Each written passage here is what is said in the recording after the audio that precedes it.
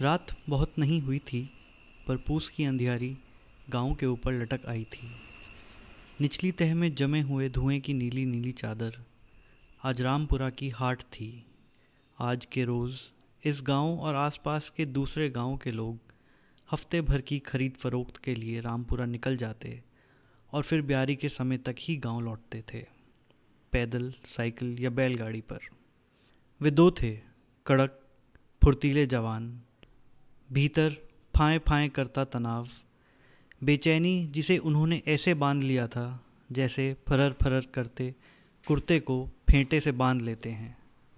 एकदम कसे हुए वे दरवाजे पर आ खड़े हुए। फिर सधे हाथों से उन्होंने बाहर की सांकर खड़काई और भीतर की तरफ कान लगा दिए। उनका अंदाज सही था। घर में सिर्फ पलटू और उसकी माँ थे। पलटू की माँ की आवाज़ घर के किसी भीतरी कोने से उठी और फिर उन तक बढ़ती हुई सुनाई दी। मताई बाप ने कछु काम नहीं रखो का जो बताओ नहीं बनत। पलटू की माँ भुनभुना रही थी। भौजी हम हैं जग्गू। पलटू के दद्दा हाट में मिले थे, बोले घर पहुँचो। वे पीछे पीछे आते हैं, कुछ ज़रूरी बातें करना है उनसे। पलटू की माँ जब एकदम किवाड़ों तक आ गई तब आश्वस्त करने के ख्याल से उसने कहा। पलटू की माँ ने किवाड़ खोल दिए, भीतर ले जाकर उनके लिए दालान में खड़ी खटिया डाल दी। फिर उन्हें बैठते देखती रही। काय भैया, कहाँ क्या? पहले कभू नहीं देखो। हम दोनों शहर में रहते हैं। बहुत झूठ नहीं था। काम की तलाश में वे भागकर शहर पहुँचे हुए लड़के थे। काम तो शहर ने दिया नहीं, सिनेमा आदि दिखाकर थोड़ी तेज़ी ज़रूर हाथों में थमा दी, जिसके सहारे वे ख्वाब देख सकते थे। इस सदी का ख्वाब, रईस बनने का। अलबत्ता पक्के शहरातू घाघ वे अभी तक नहीं बन पाए थे। तो शहरी भैया, अब भैया पहले तो पैंट पतलून वाले अलग जज जात थे, अब तो जियो देखो पैंट डांटे फिरत रहत। अच्छा भैया तुम बैठो, हम आओ तो चूल्हो भरत।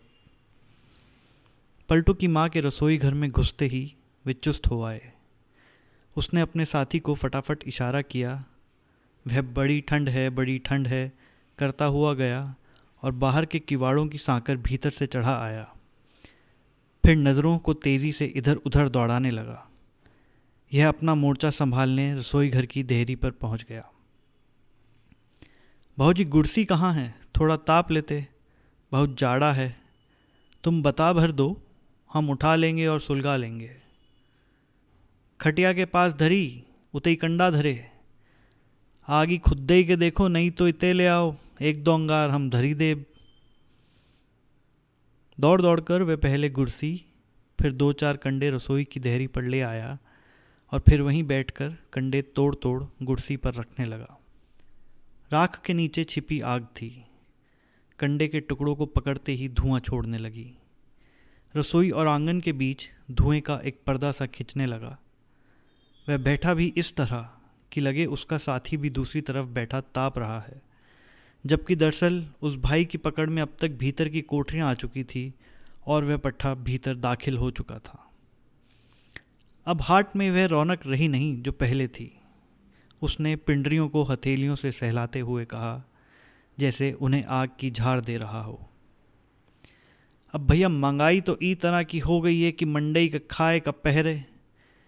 हमारे दद्दा हरन के दीनन में ऐसे हथो कि 2-4 साल में बचपन की नई जोड़ी चौतरा पे बंधी जरूर से दिखाने। उसने चाबी भर दी थी और पलटू की माँ चली जा रही थी पटरी पर।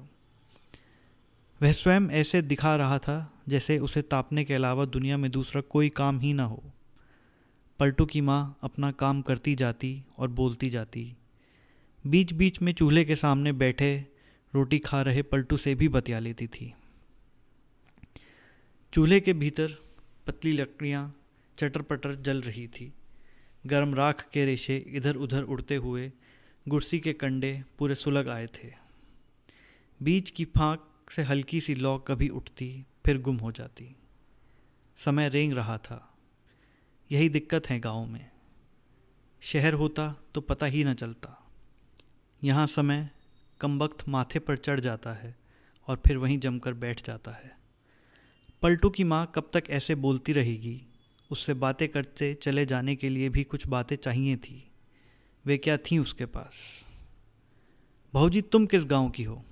पलटू की माँ के थमते ही उसने सवाल ठोक दिया। बिरौरा। और तुम भैया? मैं भी बिरौरा का हूँ।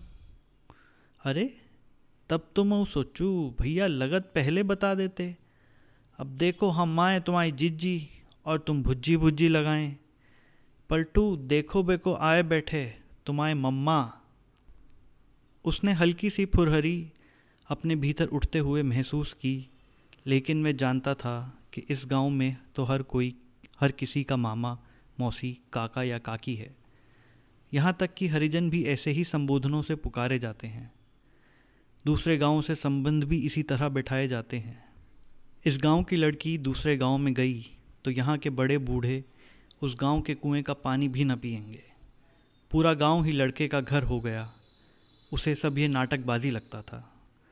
जिन हरिजनों को मामा मौसी कहते हैं उनके साथ बैठकर भोजन तो करे कोई। तो भैया बिरौरा के घर के आओ। जैसे गाय ने एकाएक लात झाड़ी और इसे खुर आ लगा हो।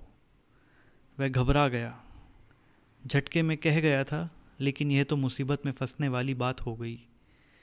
उसने संभालने की कोशिश की। अब यह मुझे क्या मालूम, हमारे परदादा गांव छोड़कर कानपुर चले आए थे। फिर पुश्त दर पुश्त हम सुनते चले आए कि असल में हम बिरौरा के ही हैं।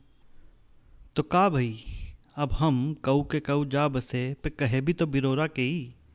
जिज्जी कहो हमें, और हम टाटी पर से देत सो नोने दऊ जने जे लू। सासरे में भैया खा खबाबे का सुख रोज रोज मिलत का।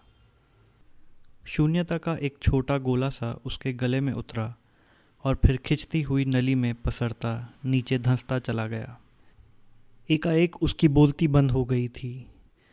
बातें बनाना उसे भी खासा आता था, लेकिन यह साफ हो चुका था कि यहाँ वह जितना बोलेगा फंसता चला जाएगा। पलटू की माँ की चिकनी चुपड़ी बातों में कुछ था जो मकड़ी के जाले की तरह बारीक सा कुछ उसके चारों तरफ बुनता चला जाता था। उसे इस माया जाल से दूर रखना चाहिए। फटाफट काम किए और फिर सर से बाहर। पलटू की माँ को वह अब भी ऐसे दिखा रहा था जैसे बेहद इत्मीनान में हो, लेकिन भीतर भयंकर खलल बलल मची हुई थी। उसके साथी को अब तक निकल जाना चाहिए था, लेकिन अभी भी वह कुठरिया में घुसा हुआ पता नहीं क्या सुटुर पुटुर किए जा रहा था। बाहर गली में जूतों की चर मर और बातों के गुच्छे रह रहकर उठते थे।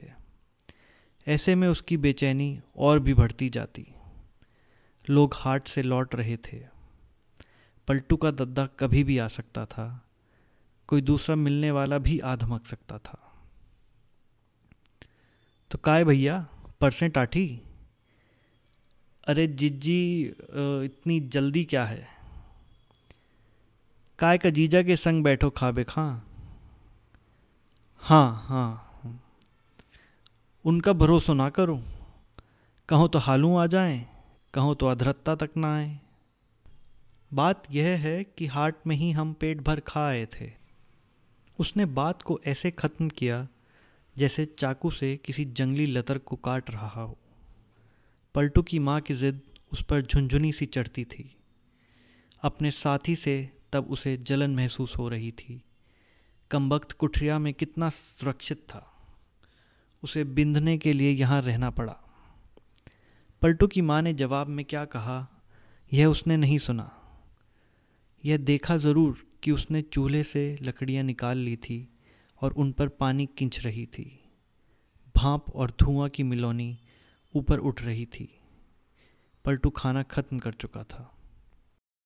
वह ज़ोरों से खासा अपने साथी को जल्दी करने का इशारा देने के ख्याल से। पलटू की माँ अब किसी भी क्षण रसोई से बाहर आ सकती थी।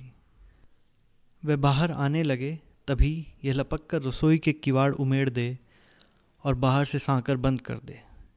पलटू की माँ चिल्लाएगी ज़रूर। उसका चिल्लाना पड़ोसी सुने उससे पहले ही उन्हें भाग लेना होगा। अगर पलटू की माँ बाहर आ गई और उसने असली रंग में देख लिया तो फिर खैर नहीं। यहाँ की औरतें खासी खूंखार हैं। प्रेमी जीव हैं, पर सुना है रात के अंधेरे में अकेला दहता लिए चोर को खदेड़ने भी दौड़ जाती हैं। पलटू की माँ ने रसोई एक तरफ समेट दी और जूठे बर्तन दूसरी तरफ सरका दिए। फिर पलटू को कमर में लादा और दूसरे हाथ में लालटेन उठाकर बाहर की तरफ आने लगी। यही मौका था, झपटकर भीतर ही दबोच ले। माँ बेटे दोनों का मुंह तोप दे, बांध दे और फिर रसोई की कुंडी बाहर से मारकर छुट्टी। अगर उन्हें थोड़ा समय और चाहिए था तो वह भी मिल जाएगा, लेकिन वह बैठा का बैठा रह गया। भीतर कुछ झुर्रा गया था, जैसे यह सब वह पलटू की माँ के साथ नहीं कर सकता था। उस औरत में कुछ था कि किसी तरह की हिंसात्मक भावना पनप ही न पाती। वह सोचने लग जाता और फिर सोचते सोचते ही उसका खून ठंडा हो जाता था। उसे लगा वह अपनी साथी के साथ दगा कर रहा है, उसे परेशानी में डाल देगा। पलटू की माँ को घेरे रहने की जिम्मेदारी उसकी थी। उसे क्या मुस्तैदी से निभा रहा है?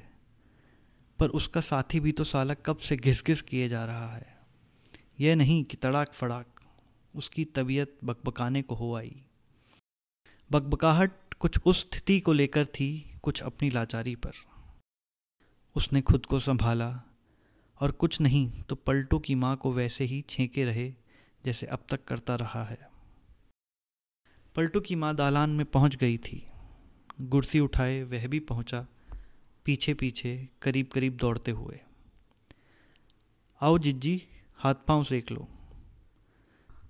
वे दूसरे भैया कहाँ गए? उसे सुरती की लत है, बाहर लेने गया है। बारे मोरे भैया, जाबे के पहले कछु बताते तो घर ही मनन सुरती धरी। पलटू के दद्दा खाए नहीं देखो, दिन भर फाकत रहत। पलटू की माँ ने लालटेन नीचे रखी, पलटू को नीचे उतारकर कुर्सी के पास बिठा दिया, पर खुद नहीं बैठी। लालटेन उठाई और रसोई की तरफ बढ़ गई। एक कलौटी बिलैया लठई है, तन आँख मिची नहीं कि पट से महारानी जो भीतर सरक गई और फिर जित्तो खाने नहीं उत्ते पे हाथ मारने। बड़बड़ाती हुई वह रसोई के भीतर कोना कोना टटोल रही थी। पता नहीं काली बिल्ली किस पटे के नीचे दुबकी बैठी हो, किस बर्तन के पीछे छिपी हो। आखिरी मौका था। रसोई में घुसकर पलटू की माँ को बांध दे, फिर पलटू को यहीं दालान में। वह रोएगा, बच्चे के लिए औरत बाघिन हो जाएगी। फिर सोचना, वह इतना कब से सोचने लग गया। तभी उसका साथी मरियल चाल चलता हुआ आया और उसके बगल में बैठ गया। कोठरिया के बाहर हुई एक एक बात उसके कान में गिरी थी, फोहे से टपकती तेल की बूंद की तरह। उसने अब दोनों हाथ निकालकर कुर्सी के आग के सामने कर दिए थे, करीब करीब हैंड्स अप के अंदाज में। क्यों बे? वह जोर लगाकर फुसफुसाया। उसका साथी कुछ नहीं बोला। उसके चेहरे पर बासी बासी ठंड थी। कुछ नहीं, उसने फिर कुरेदा। इस पर साथी की आंखें उठी और फिर झुक गई। चेहरा लाचारी से थोड़ा फैल गया। बोलने की जगह मुंह में इकट्ठे हो आए पानी को चाटकर वह गुटकने लगा। दोनों रेशा रेशा बिखर गए थे। क्या हो गया था यही समझ में नहीं आ रहा था। उन्होंने जो तरीका अपनाया था वह शहर में ज़रूर घिस चुका हो। लोग किवाड़ में लगी आंख से झांकते थे और दरवाज़ा ही न खोलते। लेकिन यहाँ के लिए वह अब भी नया था। कामयाबी की पूरी उम्मीद थी, पर वे एकदम नई किस्म की मुसीबत में आ फंसे। कहीं कोई ऐसी बाधा नहीं जो दिखाई दे और जिसे अलग कर दिया जाए।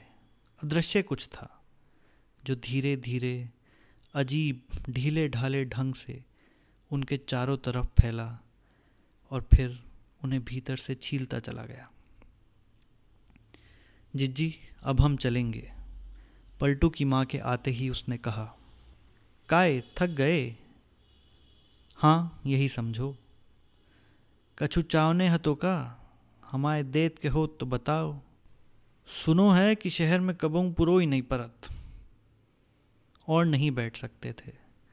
उठ खड़े हुए, एकदम ध्वस्त। उसने अपनी जेब से 5 का नोट निकाला और पलटू की माँ को पकड़ा दिया। जिज्जी, हमारी तरफ से पलटू को मिठाई खिला देना। पलटू और पलटू की माँ उन्हें बाहर तक भेजने आए। पलटू पूछत कि मम्मा फिर कभी ये हो। उन दोनों की नज़रें नीची थी। उन्हें चुराए हुए वे मुड़े और फिर धीरे धीरे अंधेरे में खो गए।